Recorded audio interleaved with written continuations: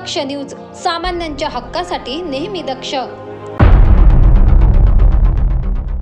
पुसद तालुका शहादा येथील शरद बाबू पाटील, सुनीता हिरालाल पाटील, सुनीता काशीनाथ पाटील, मीराबाई आनंदा कोळी आणि चुनीलाल पुना मिस्त्री यांच्या बंद असलेल्या घराची कुलूप तोडून बुधवारी रात्री सुमारे 1:30 ते 3:30 वाजेदरम्यान अज्ञात चोरट्याने घरात प्रवेश करून 5ही घरांमध्ये सोने चांदीच्या आभूषणांसहित नगद रक्कम मिळून जवळपास 25 लाखांचा मुद्देमाल चोरून दिलाय। आमच्या इथं रात्री पहाटे 2 वाजता 2 ते 3च्या सुमारास काही चोर आले होते, ते पण आम्हाला काही समजलं नाही। रात्री 5-6 घरफोडी करून निघून गेले ते।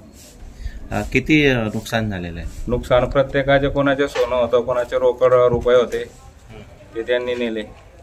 तरी किती अंदाज सांगता येईल आपल्याला? अंदाज प्रत्येक घराचे अलग अलग आहे ना।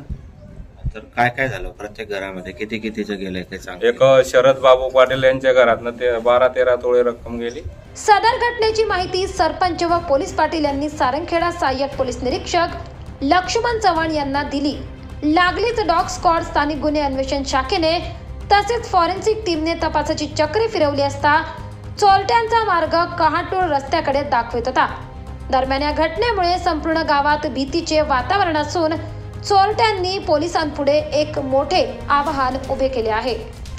पल्लवी भावसार, दक्ष न्यूज, शहादा, नंदुरबार।